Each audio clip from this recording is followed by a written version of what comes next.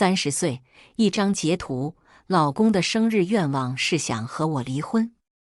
我抚摸着他沾满鲜血的脸颊，露出满意的微笑。尸体被发现，我理所当然地被提审。最后又能怎么样？他们只能把我无罪释放。大家好，开始今天的分享之前，希望你能给人间烟火点个订阅，我将会分享更多优质的内容。那天，我像往常一样，在花店里修剪花枝，却突然收到了警局的通知。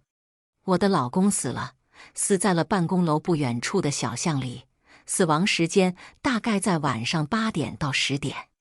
身上被捅了几十刀，财物却没有丢失，警方怀疑是仇杀，凶手还没有找到。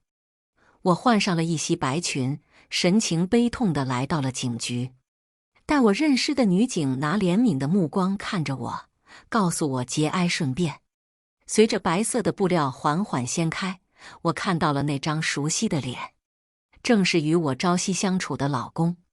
眼泪不住地从眼眶滑落下来，双手不可置信地捂住嘴巴。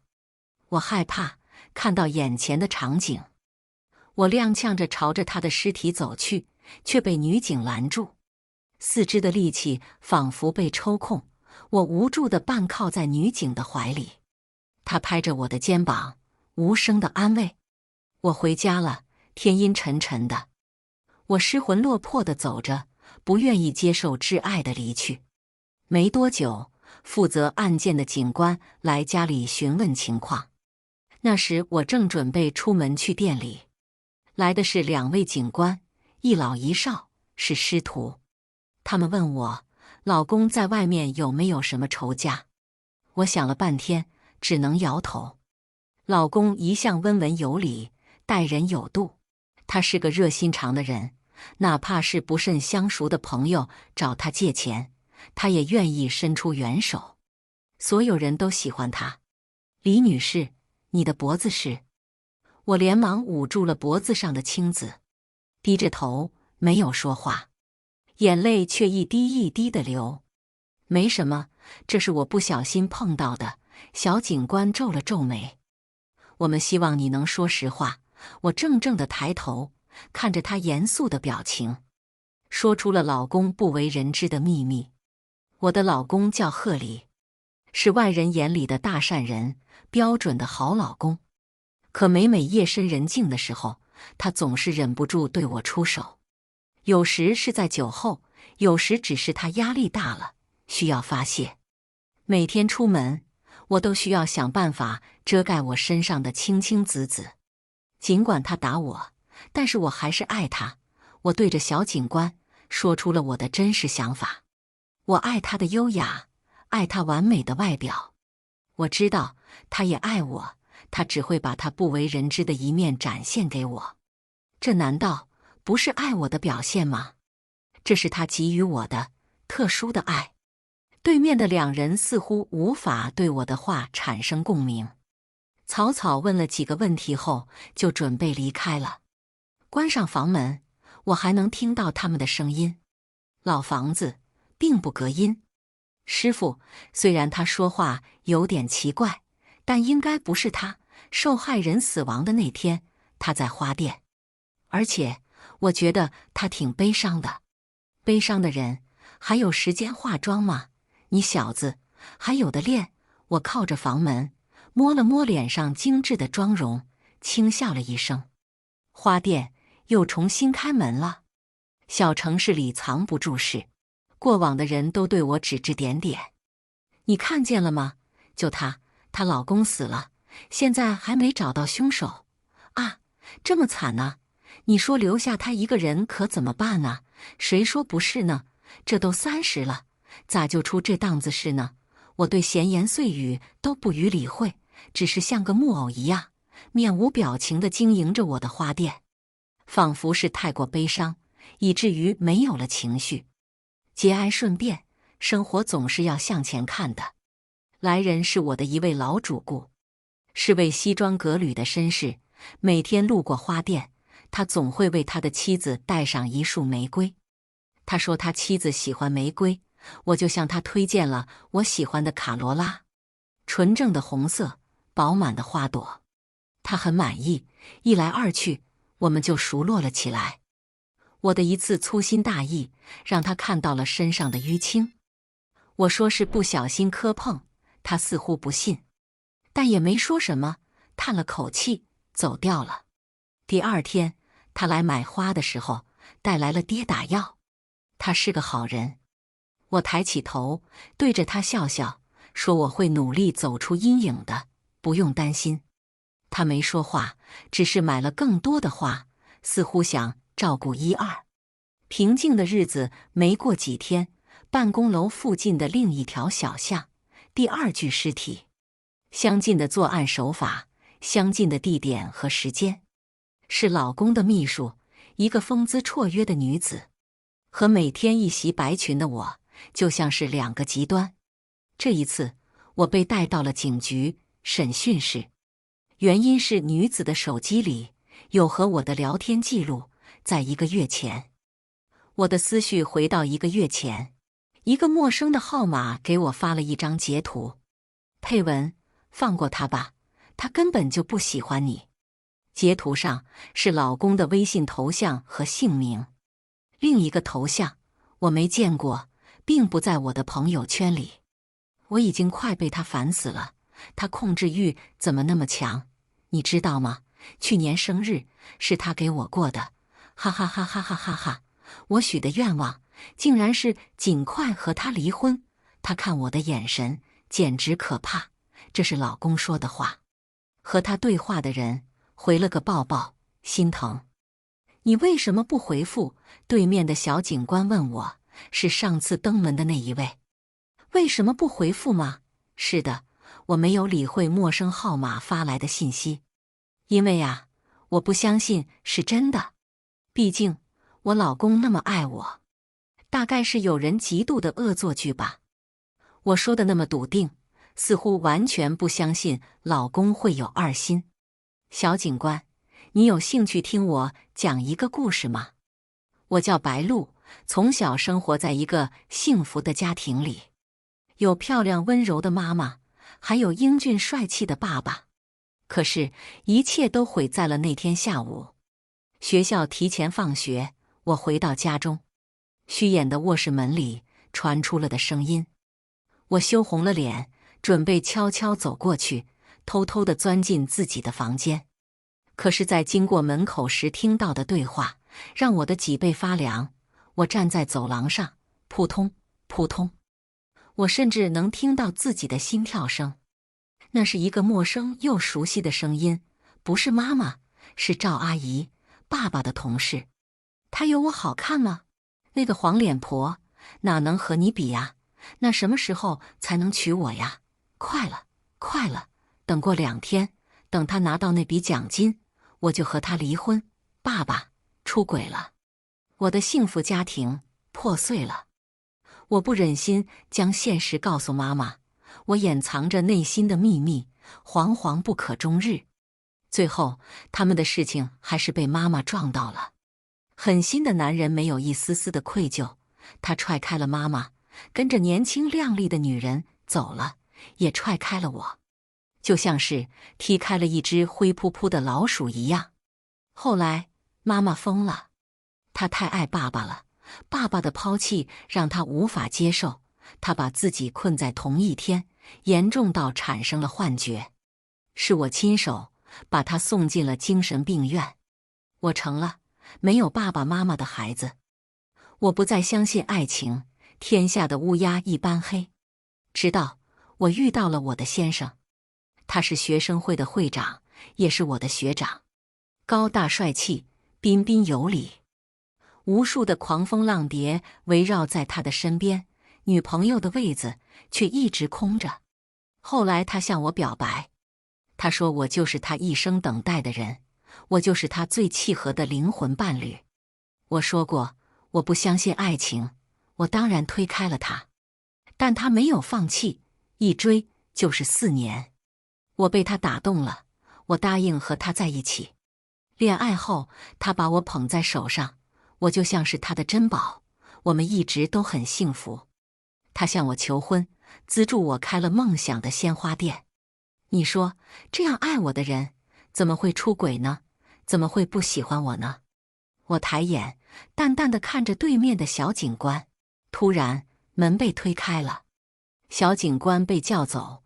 过了2分钟，他回来通知我离开。是呀，我毕竟有完美的不在场证据呢。走到门口，我回望了一眼，勾了勾唇。这里永远都留不下我。案件的调查陷入了僵局，2个受害者都没有什么仇人，甚至可以说，在办公室里风评都很好。当然，前提是没有人知道他们搅在了一起。案发现场没有监控，也没有采集到有用的生物样本。凶手似乎有不错的反侦查能力，完全没有留下任何的生物痕迹。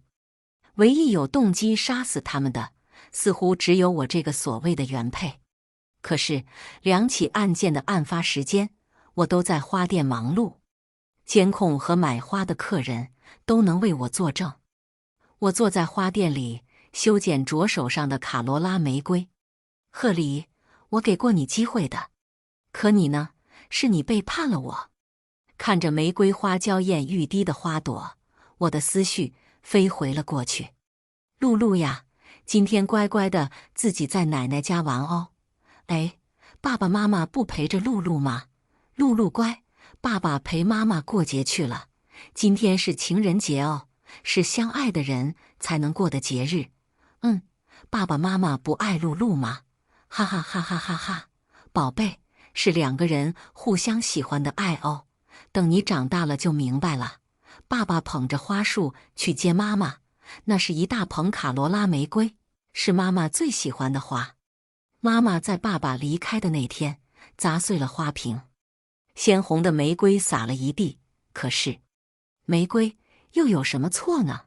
露露，我爱你，你能嫁给我吗？露露，我一定会让你幸福的。贺里捧着玫瑰向我求婚，一大捧卡罗拉玫瑰。他告诉我，我对我的爱就像是花的花语一样，幸福而浪漫。他让我再次相信爱情，卡罗拉玫瑰也变成了我最喜欢的花。可惜有人食言了。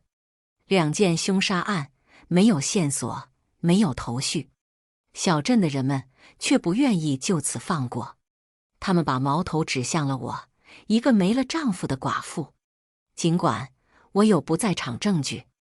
哎，你听说了吗？死的那个女的是之前那个男的的姘头啊！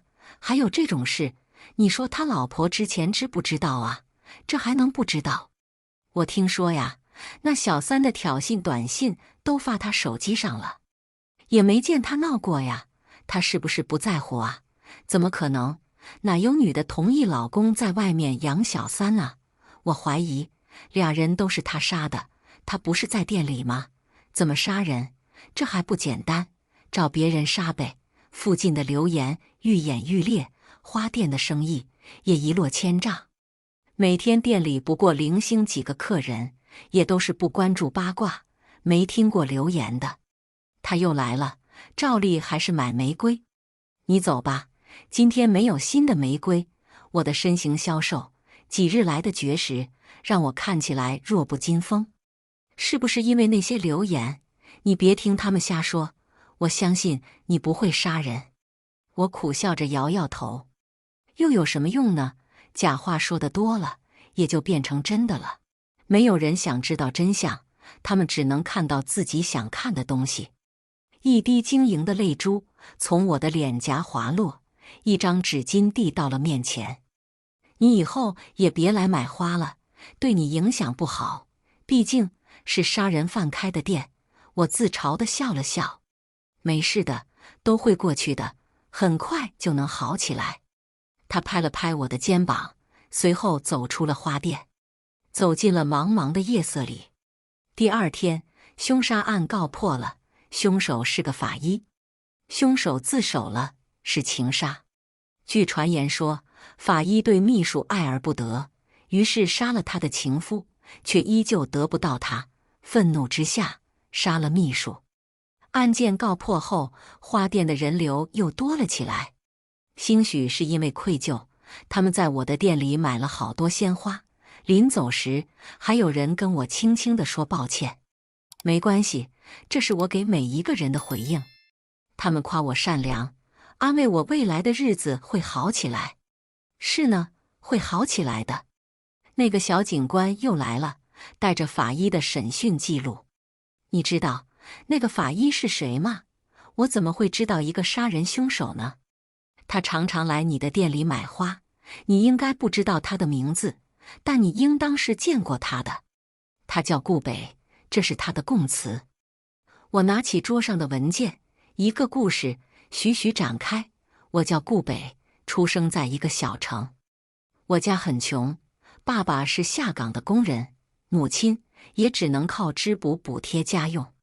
贫困的家庭造成了我畏畏缩缩的性格，在班级里，我甚至不敢抬起头来。班里有一个小女孩，她笑起来甜甜的，像小太阳一样，我的目光总是忍不住地追随着她。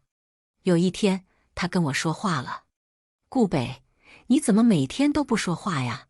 是不喜欢跟我们一起玩吗？”没有，我只是不敢接近你们罢了。毕竟，我连一双像样的鞋子都没有。那你讨厌我吗？怎么会？我不讨厌你，我喜欢你。那你就跟我一起玩吧。从那以后，他把我拉出了黑暗的世界，我们成了朋友。可惜，好景不长，女孩家里出了重大变故，她变得不再愿意说话，也不再和我一起玩耍。她好像成了过去的我，孤僻又古怪。班里的人开始欺负她，她只是锁在小小的角落里，不说话，不反抗。我冲上去，推开了所有欺负她的人。从那以后，她的所有难过都会和我诉说，我愿意成为她的剑刃，为她处理一切的阻碍。后来，下岗的父亲下海经商，我反而成了班里有钱人家的孩子。父亲带着一家人离开了小城，我也离开了女孩。可是我忘不了她，所以我回到这个城市寻找。我找到了，她成了一家企业老板的秘书。我欣喜若狂，开始了追求。直到一天夜里，我在她家门口等她，却亲眼看到她从老板的车上走下来。我的玫瑰烂了，她毁了我的梦，毁了我一直以来坚持的信念。我要杀了她，我不能让她成为我人生的污点。我也确实这样做了。至于他那个老板，既然他这么喜欢的话，我就让他先下去等他吧。我缓缓合上了文件。你觉得他说的是真的吗？小警官看着我的眼睛，眼里带着探究。警官，这我怎么会知道呢？他只是我的一个顾客，我甚至都不清楚他的名字。他说他想见你，他不知道他杀了你的丈夫，他想道歉。还有那一晚的玫瑰忘记付钱，他想补给你。我知道了，我会抽时间去一趟的。时隔不久，我再次踏进了警局的大门，只不过这一次不再是受审的位置。就是你杀了我的丈夫吗？我望着玻璃另一侧的男人，手指紧紧攥住了包带，眼圈泛红的质询。他看了看我的白裙子，笑了笑。对不起，我不知道那是你的丈夫，很抱歉，但是我并没有觉得我做错了。他很脏，他配不上你。我看着他不知悔改的样子，说不出话来，只是深深地看了他一眼，离开了。我回到花店，继续着我的生活。我成了人人可怜的对象，尤其是那些男人们。下班后，总爱来我的店里带走几朵花，或者从中抽出一朵，留在桌面上，说是送给我的花，我都会笑着接受。后来，小警官来了，带来了顾北的死讯，他被执行了枪决。事情不是那么简单，顾北也不是为了秘书杀人。我知道有你的影子，所有的事情都已经了结。你现在能告诉我真相了吗？真是个聪明的小警官，我很喜欢。想知道真相的话，跟我来吧。我把他带回了家中，递给他一张照片。那是小学整个年级的合照。这个是我，旁边的是黎月，贺黎的秘书，也是我小学最好的朋友。这个是顾北，我们在同一所小学。顾北他说了谎，如果你想听，我给你讲，毕竟这是个很长的故事。最好的谎言是什么？是真实的谎言。所有的事情你都经历过，只不过将它们调换了出场顺序。我是顾北的光，是他口中家庭变故的小女孩。那段时间，我的天都塌了。顾北出现了，他在所有的地方保护我，好像只要我有一点点的委屈，他就会不顾后果地冲上去，直到头破血流。他好像一只疯狗，疯狂又血腥。除了在我面前，我渐渐地尝到了甜头，不再满足于让他保护我。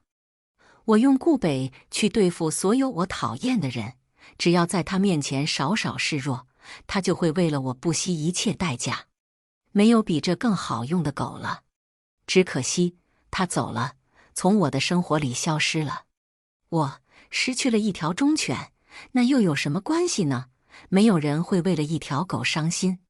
后来呀，我顺利地考上了大学，和黎月一起，我们是无话不谈的闺蜜。她喜欢上了学生会长贺黎，可是贺黎却向我表白，我拒绝了。一是因为我不相信爱情，二是因为黎月。可黎月还是不开心了，她觉得我背叛了她，和我相行渐远，渐渐的断了联系。后来的事情你也知道，我最终还是和贺黎在一起了。再后来呢？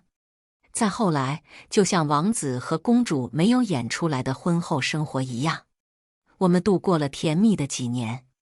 可渐渐的，贺黎变了，他回家越来越晚，我们之间的话越来越少。他骂我整天穿着白衣服，像鬼一样。可是明明他之前说我是他的白月光，白色最配我不过了。他说我整天哭丧个脸，实在丧气。可以前他说我是高岭之花，他是唯一摘下花朵的人。我们的关系越来越差。我开始疑心他外面是不是有人了。我查他的手机，找人跟踪他。他说我要把他逼疯了，可明明我才要被他逼疯了才对。那一天他在浴室，我打开了他的手机，最上面是他的新秘书，没有任何的聊天记录。我点开头像，朋友圈的照片是黎月。就当我还沉浸在好友归来的喜悦中时，一条信息将我击碎了。阿黎，我想你了，我们什么时候见面啊？是黎月发的。原来他不是回来找我，而是来找贺黎。我把手机放了回去，没有吵，也没有闹，就像什么也没发生一样。我离不开贺黎，也不舍得离开他，尽管他已经脏了。黎月发给我的短信，我也装作没有看见，因为我不知道该怎么做。直到顾北的出现，他来我店里买花，或者说他是为了来看我。那天我心情不好，没怎么理他，他以为我没有认出他来。后来他每天都来，他的眼神很炽热，他自以为装得很好。可是我知道我的狗回来了。是从那一刻你觉得对你老公下手的吗？当然，不然怎么对得起顾北呢？他倒是送了我一份大礼，我没想到他会把黎月一起杀了。顾北的出现让我不再想继续装傻下去。我故意把伤在顾北面前露出来，那可是我费了好大劲才搞出来的淤青。至于贺黎，他根本不会注意到我身上有没有伤。在顾北来买花的时候，我挽起了袖子，用受伤的右手整理花束。他攥住了我的手腕，问我怎么回事。我只是飞快地抽回手，低着头，眼角含泪。是他，对吗？顾北问我。我也不说话，只是低着头。多聪明的狗狗啊，只需要一个眼神，它就能明白我的意思。后来的日子里，我时不时地整出一些伤口，在顾北的面前欲拒还迎。我向他诉说着我老公的恶行，却又总是在说到一半的时候低头不语。这些就够了。狗狗不需要喂得太饱。那是一个雨夜，我生日的前一天。顾北冲进花店里，像往常一样买了一束玫瑰。他跟我说，明天会送我一个生日礼物，我一定会喜欢的礼物。他说我的未来会很美好。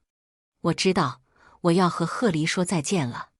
那天回家，贺黎在洗澡，传来阵阵水声，我竟然有些不舍。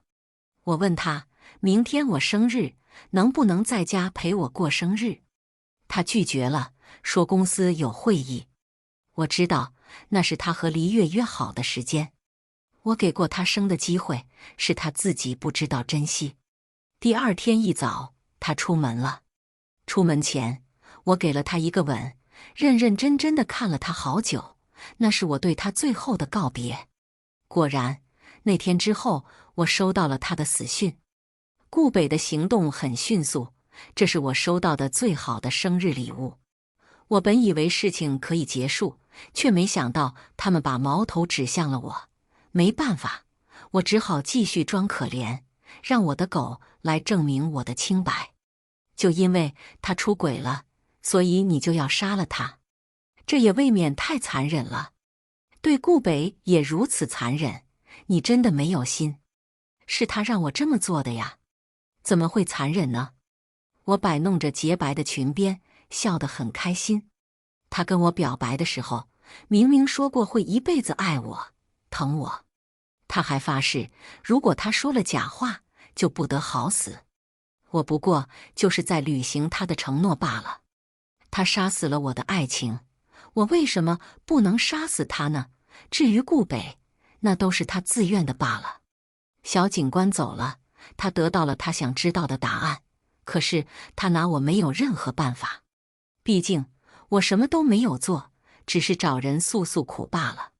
我一直都是一个可怜的女子，只是这一次，我忠诚的猎犬永远的走了，有点可惜。送走小警官，我带着一大捧玫瑰来到了疗养院。露露呀，你来了呀！妈妈坐在轮椅上，穿着简单的病号服，歪着头朝我露出笑容。我把玫瑰递到她手上。妈妈，我来看你了。妈妈呆呆地看了看玫瑰，突然发疯一样的把玫瑰扔到地上，朝着我嘶吼：你爸爸呢？你爸爸为什么不来？他是不是跟着那个女人跑了？你说呀，你说。我赶忙上前抱住妈妈，一遍又一遍地抚摸她的发丝。妈妈，你忘记了吗？爸爸被于叔叔送走了，正在另一个世界等我们呢。乖，我们很快就能见面了。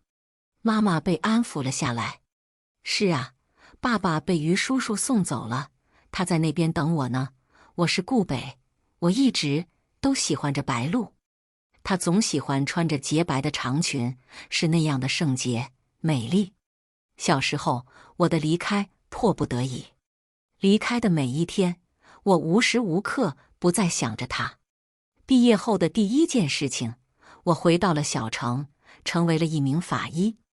多方打听后，我知道他开了一家花店，也有了家庭。我决定放弃，只想远远地看着他。我忍不住走进了他的花店，他没能认出我。我买了一束花，卡罗拉玫瑰，他说那是他最喜欢的花。我说我买来送给我的妻子。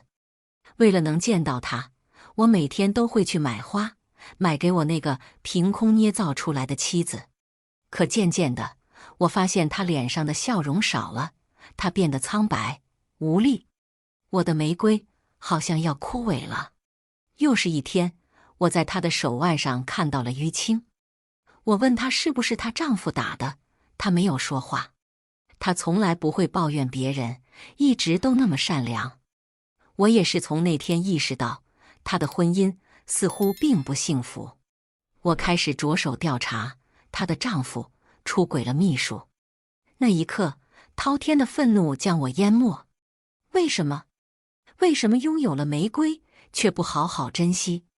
既然养不好玫瑰，不如就掩埋在土里，成为玫瑰的养分。那天之后，他无数次地对我欲言又止。我知道他内心的痛苦，那一声声抽泣就好像在催促着我快点下手。在那个雨夜，我决定要出手了。我跟他说要送他一件生日礼物，他很开心。那个狗男人和秘书约完会，准备回家。我把他拖进了巷子里，捅了几刀，他死得很轻易。我在尸体不远处留了一朵卡罗拉玫瑰，可惜被淹没在垃圾里，警官没能发现我的巧思。没过2天，我把秘书也杀了。他死的时候很惊恐，似乎是认出了我。又有什么关系呢？反正很快就说不出来话了。同样的，我留下了玫瑰，却再一次被忽略，真是让人生气。我以为玫瑰会活过来，可是我错了。流言蜚语再次压得他喘不过气来。我自首了，只为了我的玫瑰可以活在阳光下。那天，警官给我播放了一段录音，是露露的声音。原来，我的玫瑰早就从心里腐烂了。原来，我只是他的猎狗啊，那又怎么样呢？